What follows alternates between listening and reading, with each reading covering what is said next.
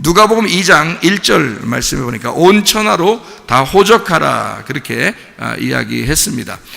그 황제가 그랬죠. 그래서 예수님 시대 때도 예수님 태어나기 전에 마리아하고 요셉도 온 천하로 가서 호적하라 그래서 자기 고향 땅에 가서 베들레헴에 가가지고 호적을 하게 되죠, 그죠? 예, 그래서 거기로 가게 돼서 예수님이 베들레헴에서 태어나게 됐죠. 예, 그렇게 태어나게 됐어요.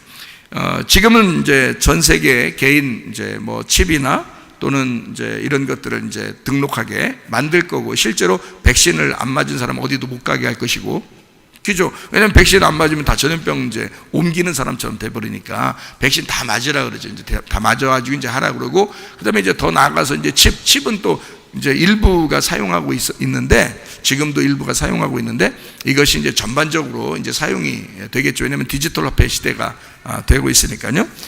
사람은 막을 수가 없습니다. 이 시대를요. 사람은 못 막아요. 이렇게 될 거예요. 그냥 쭉 그냥 자연스럽게, 어차피 자연스럽게 될 거예요. 왜냐하면 여러분 보세요. 옛날에는 처음에 우리나라 이 세계적으로 화폐를 어떤 식으로 썼겠어요? 처음에 옛날에는 소금 같은 거로 화폐를 썼죠. 그게 돈이었어요.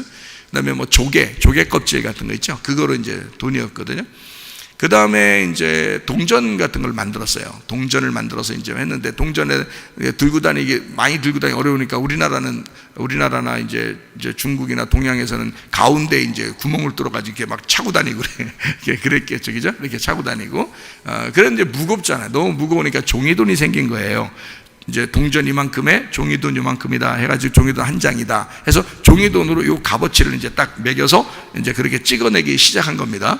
종이돈이 생겼어요. 근데 종이돈으로 하다 보니까 이것도 많이 들고 다니니까 너무 힘들어요. 그래서 카드가 나온 거예요. 카드가. 그죠? 카드 나왔는데, 카드가 몇 장씩이야 또. 엄청 많아요, 카드가. 그러니까 지갑을 보면 카드가 뭐 몇 장이 들어있어요. 그러니까 그것도 불편하죠. 그러니까 신용카드 한 장을 이제 만들어서 그 하나를 들고 다니도록 이렇게 했죠. 그렇게 하다가 이제 지금은 이제 어떻게 하겠어요? 이것도 잊어버릴 수 있는 거죠. 남이 또 사용할 수도 있는 거고. 그래서 이제 칩을 사용하는 사람들이 많아요, 지금. 그러니까 이거는 자연스럽게 보세요. 소금, 조개, 동전, 종이돈, 카드, 신용카드, 뭐 이게 순서대로 쭉 온 거잖아요. 이게 무슨 이게 어떻게 된 게 아니라 이게 쭉 그냥 오는 거라고, 순서대로. 지금도 계속 앞으로 그렇게 갈 거란 말이에요. 이게 순서대로 오는 거니까. 근데 거기에 이제 통제를 하기 시작한다는 거지. 문제는, 왜냐하면 신용카드도 우리가 쓰면은 어디서 썼는지 다 나타나죠. 컴퓨터 보면, 그죠? 다 나타나죠. 하물며 몸에다가 심어놓고서 이걸 갖다가 사용하면요, 어디서 사용했는지, 이 사람이 어디에 있는지, 이 사람 지금 몸 상태가 어떤지 다 알아요. 그러니까 통제가 가능한 거지. 그러니까 이걸 쭉 통제 시스템으로 가는 거예요. 왜 그럴까요? 이 세상을 지배하려고 하는 그 짐승들은, 적그리스도는 이 세상 사람들을 이게 통제하려고 그러는 거예요. 지배하려고. 뭐 이제까지 독재자들이 다 나타났잖아요. 옛날 로마 시대는 안 그랬나? 로마가 있을 때 로마의 황제가 신이거든요. 그러니까 자기가 신이 되려고 하니까 독재를 해야 되잖아요. 그러니까 밑에 있는 사람들을 누굴 죽여서라도 다른 사람들을 통제하기 시작하는 거죠. 그게 통치자들의 이제 하나의 그 짐승과 같은 마음이거든요. 그거를 요한계시록에서도 계속 얘기하는 거예요. 그런 통치자들이 나타난다. 계속 나타난다. 이게 요한계시록에만 있었던 게 아니라 옛날에 있었던 것이 계속 나타나고 있다는 얘기예요. 계속 나타난다. 요거를 설명해 주고 있는 겁니다. 그걸 이제 우리가 성경을 통해서 이제 보게 되는 거죠. 그러니까 우리가 이때에 우리가 마리아처럼 호적하라고 이제 마리아하고 요셉도 갔거든요. 근데 거기에서 누가 잉태가 됐어요? 예수님이 거기서 출산하게 되잖아요.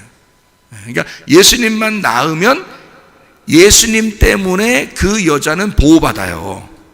그죠? 아무리 뭐 그때 그 당시에 뭐 살벌한 시대라도요, 예수님이 출산되면 하나님 아버지가 마리아를 보호하게 돼 있어요. 예수님을 출산했으니까. 여러분과 저도 예수를 믿는 사람들이에요. 예수 믿는 것 때문에 그 예수가 여러분 속에서 출산이 되면, 예수를 잉태하고 말씀이라는 예수를 잉태하고 그 말씀을 출산하는 여러분이 되면 하나님이 그 사람은 보호하실 것이다, 이겁니다. 그러니까 말씀 중심으로 사시라 그 말이에요. 여러분도 말씀 중심으로.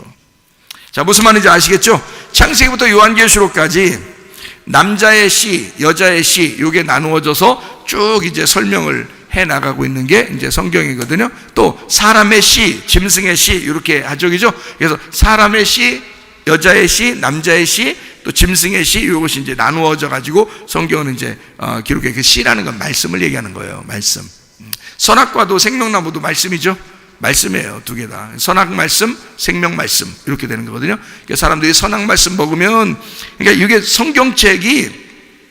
성경책이 하나고, 이 안에 선악 말씀, 생명 말씀이 같이 있는 거예요. 이 안에. 그러니까 선악 말씀으로 성경책 읽으면 여러분은 이제 선악과 사람이 되는 거고요. 생명 말씀으로 성경책을 읽으면 생명 말씀의 사람이 되는 거예요. 생명나무의 말씀 사람이 된다, 이렇게 이야기하는 것입니다. 그리스도와 적그리스도와의 전쟁입니다. 남자의 시와 여자와 뱀의 전쟁입니다. 그러니까 요게 그 전쟁이 딱딱 두 개씩 나누어져야 전쟁이 일어나겠죠. 그러니까 성경은 창세기부터 요한계시록까지 무슨 이야기다? 전쟁의 이야기다. 그러니까 요한계시록에서도 전쟁하려고 막 용이 나타나고 뱀이 그 짐승이 나타나고 막 이러잖아요. 그죠? 전쟁입니다, 다.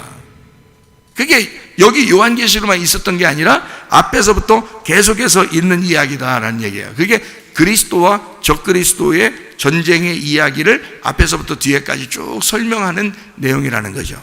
우리는 그리스도의 신부가 되려고 그래요. 또 그리스도의 신부예요. 그리스도의 신부는 음녀가 되지 않기 위해서, 그리스도의 신부로서 음녀가 되지 않기 위해서 우리는 음녀와 신부와의 어떤 전쟁, 이런 거죠. 그래서 음녀를 파괴하고 신부가 돼야 되는, 그리스도의 신부가 돼야 되는 거고, 짐승을 파괴하고 어린 양 대신 예수님을 선택해야 된다는 거지.